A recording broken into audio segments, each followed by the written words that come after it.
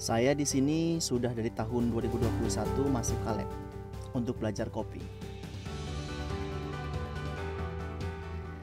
Saya sangat bersyukur dengan Kaleb dan Cira karena semuanya apa yang diajarkan di Kaleb itu bisa diaplikasikan di pekerjaan. Kami tuh punya mimpi itu, Kaleb itu tuh sebagai tempat pelatihan dan usaha penyandang disabilitas di Sulawesi Utara.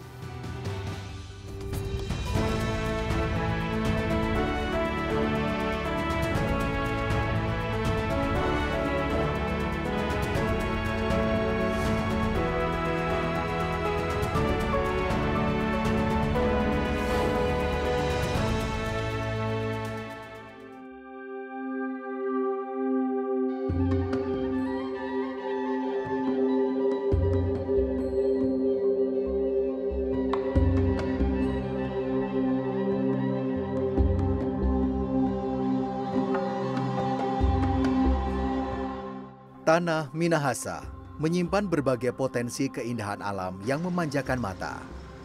Di sudut timur laut terselip kota yang berkembang pesat, Bitung. Kota yang wilayahnya berada di kaki Gunung Dua Saudara dan sebuah pulau bernama Lembeh juga dikenal sebagai kota pelabuhan karena pesatnya industri perikanan yang menjadi salah satu kekayaan bahari kota ini.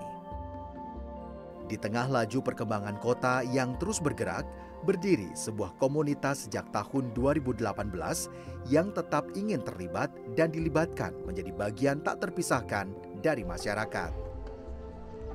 Kaleb atau Komunitas Tuli Peduli Bitung. Komunitas yang menaungi lebih dari 20 teman tuli turut pula bergerak di bidang pendidikan inklusif. Sentuhan hati Dona Krista Renata tergerak untuk memberdayakan teman-teman tunarungu agar mampu membentuk pribadi yang tangguh dan menumbuhkan kepercayaan diri menembus keterbatasan yang mereka miliki. Waktu itu kebetulan ada kegiatan itu World Clean Up Day. Itu bulan September tanggal 21 kami ingat. Itu kegiatan pertama kami itu bersihin sampah. Ya dari situ kan anak-anak itu terlihat kompak, terus merasa mereka tuh senang gitu. Akhirnya kita tahu, oh ternyata anak-anak ini suka dilibatkan di kegiatan sosial. Berkat kegigihan dan niat tulusnya, komunitas Tuli Peduli Bitung yang ia inisiasi kini tumbuh berkembang dengan pendampingan penuh dari PT Pertamina. Seduhan kopi racikan Marco Irianto Lefteu menghangatkan suasana Q Cafe yang merupakan bagian dari program pemberdayaan komunitas Tuli Peduli Bitung. Di kafe ini, Marco mempelajari beberapa teknik sederhana untuk mahir menjadi peracik minuman kopi atau barista. Tangan terampilnya teliti menakar kopi, susu kental, hingga es ke dalam gelas takar sebelum diracik jadi sebuah minuman. Meracik kopi bukan perkara yang mudah. Komposisi bahan dan takaran yang terukur menjadi kunci untuk memberikan kualitas minuman kopi yang baik. Meski terlihat sederhana, peracik kopi atau barista juga dituntut untuk mengetahui cara kerja alat-alatnya seperti coffee grinder untuk menghaluskan biji kopi, temper untuk memadatkan kopi, serta timbangan kopi untuk menentukan berat racikan minuman kopi. Semua alat-alat yang tersedia ini mutlak diketahui untuk dipelajari sebagai seorang barista.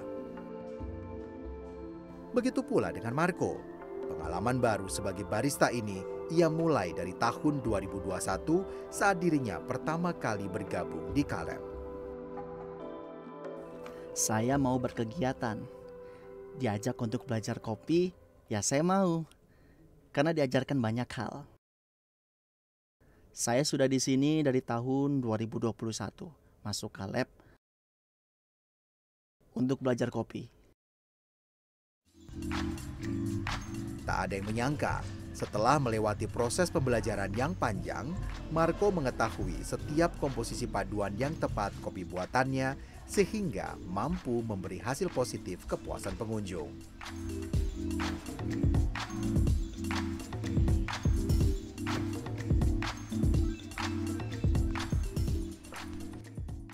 Waktu belajar kopi kan banyak sekali menunya ya.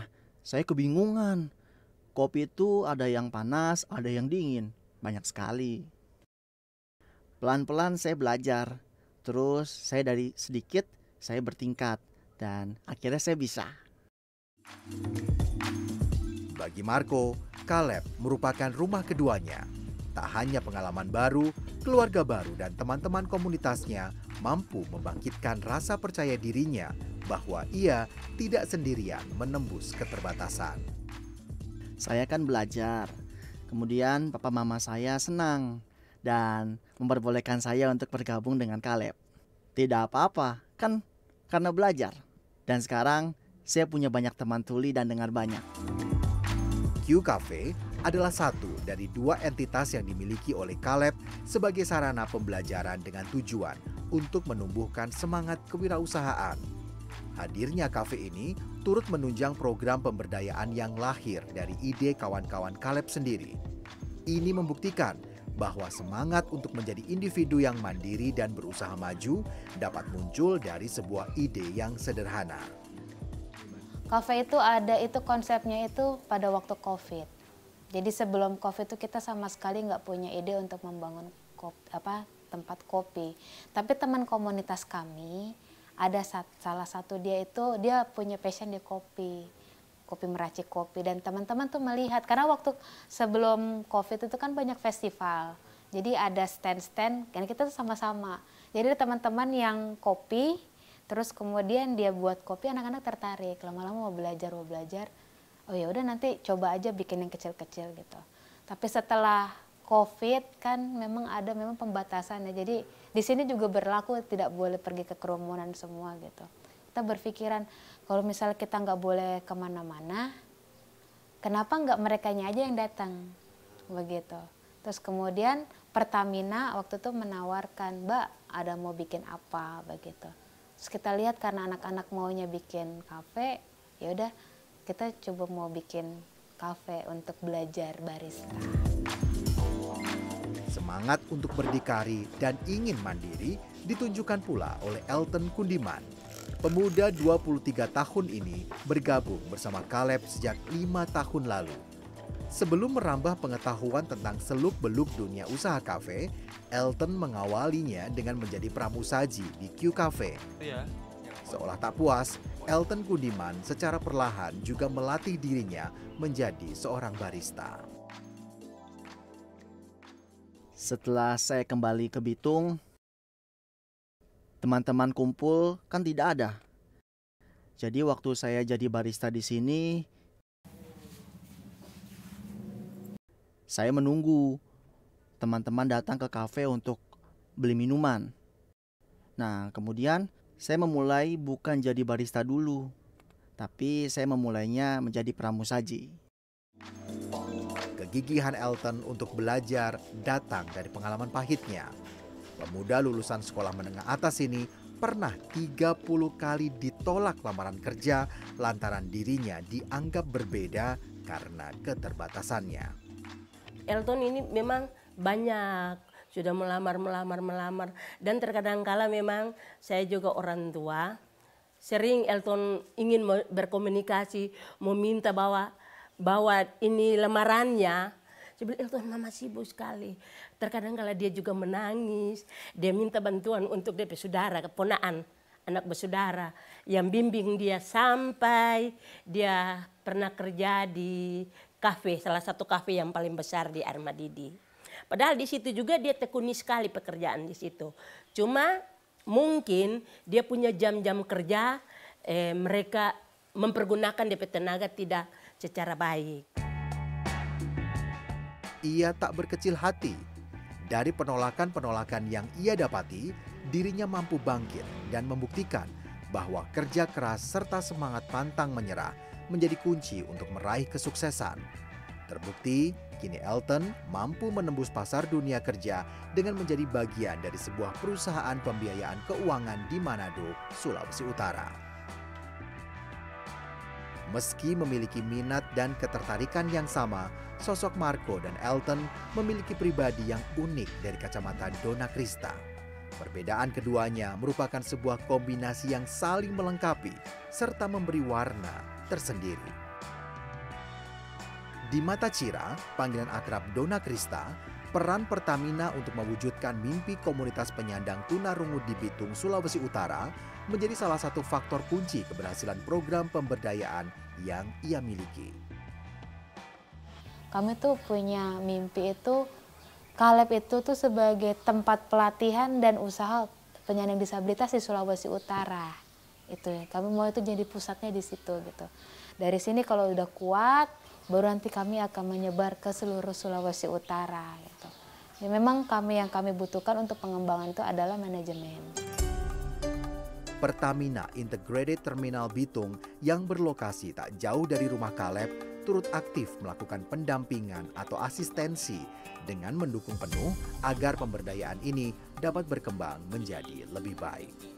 Yang saat ini kita membangun soft skill untuk sebagai barista dan sebagainya, dan alhamdulillah kami lihat perkembangannya cukup baik. Jadi banyak komunitas yang datang ke Kaleb dan juga bisa memberikan manfaat baik dari segi sablon, kria, dan barista tadi gitu ya. Dan kita juga dapat manfaat nih dari mereka kalau kita mengadakan rapat atau kebutuhan konsumsi atau minuman kopi, itu kita bisa mengambil dari mereka, sehingga imbal balik lah antara kita memberikan ke mereka dan juga kita membeli dan juga menghidupkan ekonomi mereka, seperti itu.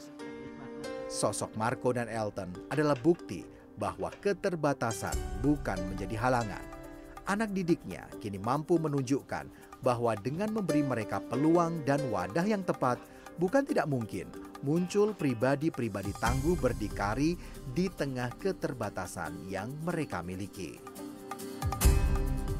Bahasa isyarat itu adalah bahasanya yang dimiliki oleh tunarungu dan tunawicara. Ternyata sama seperti bahasa daerah gitu. Tiap-tiap daerah itu ternyata isyaratnya juga berbeda. Saya sangat bersyukur dengan Kaleb dan Cira karena semuanya apa yang diajarkan itu di Kaleb itu bisa diaplikasikan di pekerjaan.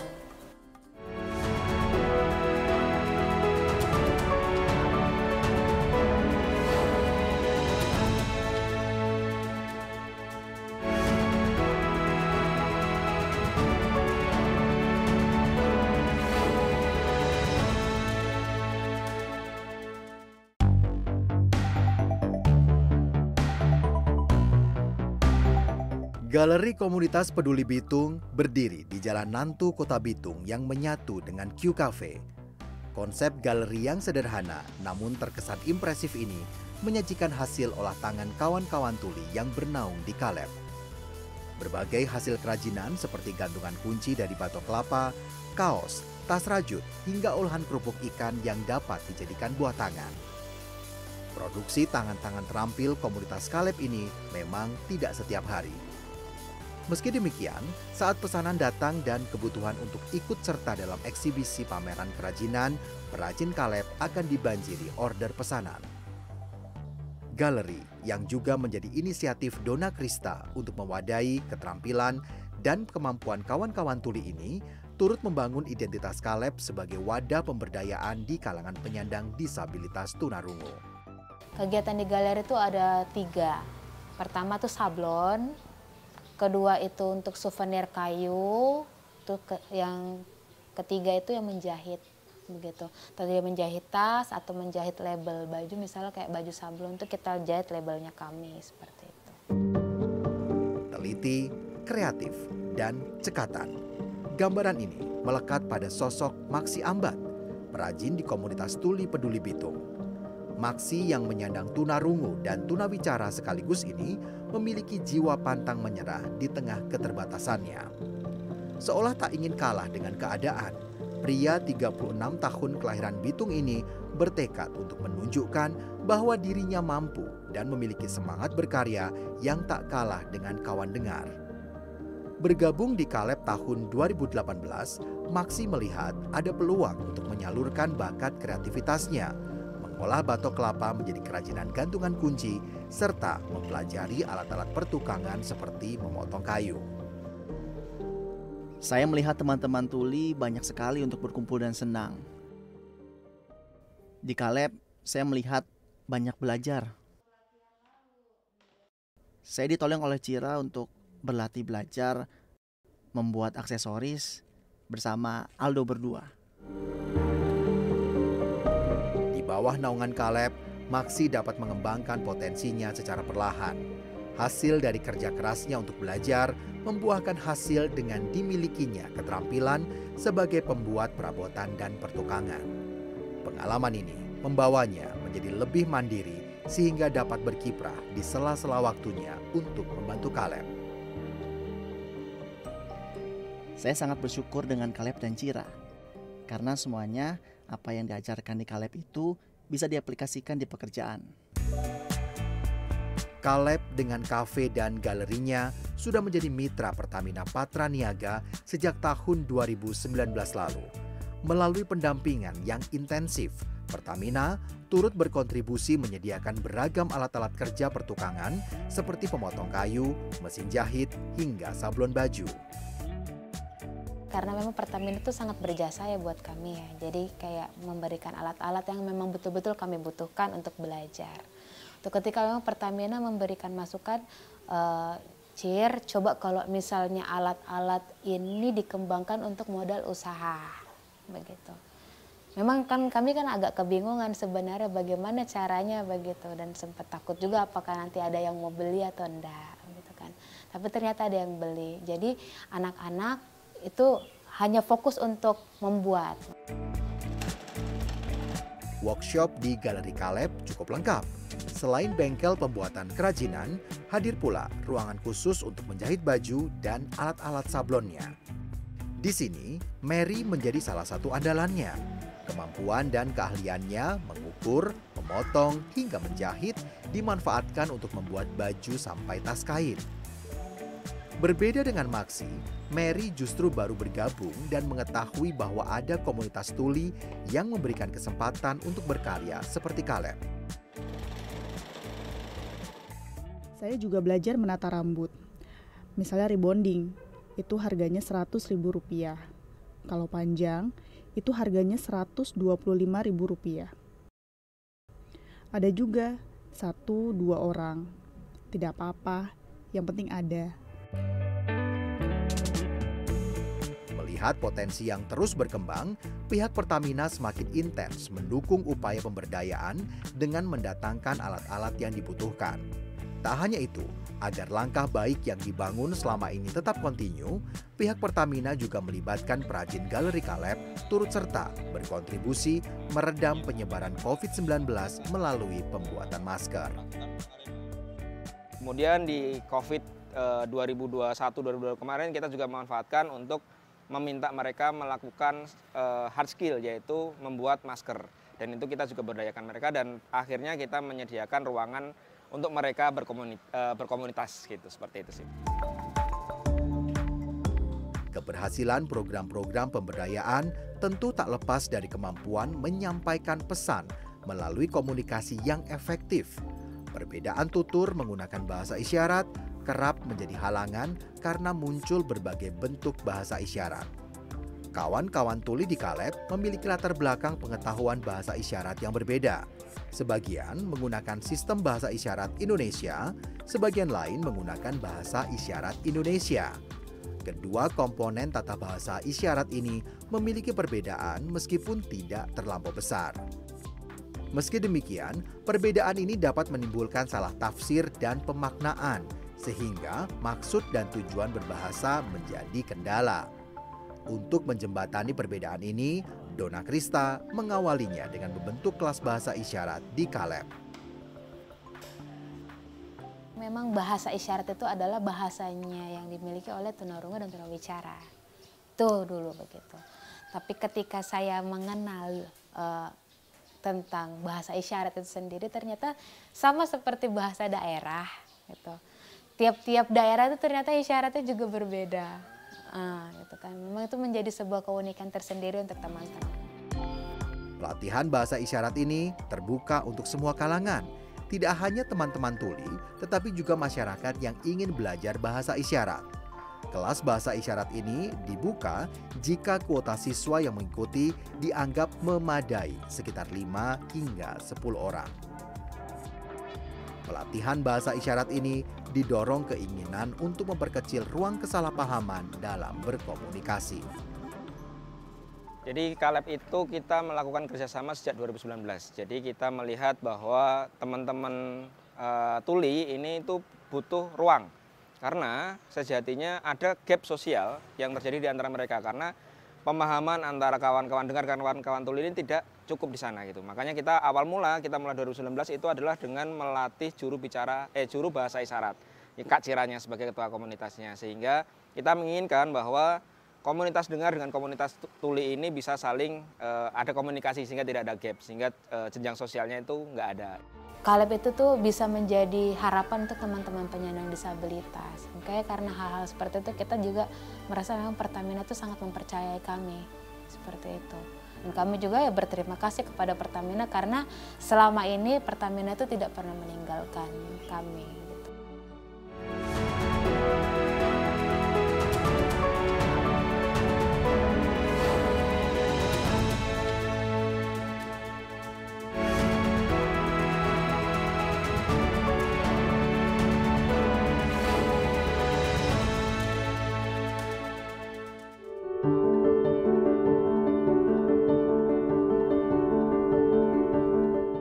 Cira dan kawan-kawan tuli di Kaleb memiliki mimpi mewujudkan kesetaraan bagi semua.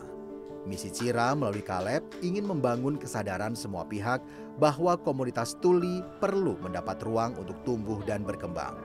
Berbagai usaha dilakukan seperti kewirausahaan, pemberdayaan ekonomi keluarga, pengembangan potensi pribadi, dan advokasi. Sinergi perangkat pemerintah daerah dan pemangku kepentingan lain bersama dengan Pertamina menghasilkan upaya nyata mendorong pemenuhan hak kesetaraan sebagai warga negara. Pemerintah daerah Kota Bitung melalui Dinas Sosial mendata ada 1.600 penyandang disabilitas di Kota Bitung. Dukungan pemerintah daerah ini diwujudkan dalam banyak hal seperti pemenuhan akses keterampilan sampai dukungan finansial. Kalau untuk individu sendiri itu kita memberikan pelatihan keterampilan khusus disabilitas yaitu berupa komputer, keterampilan menjahit, tata rias, seperti itu.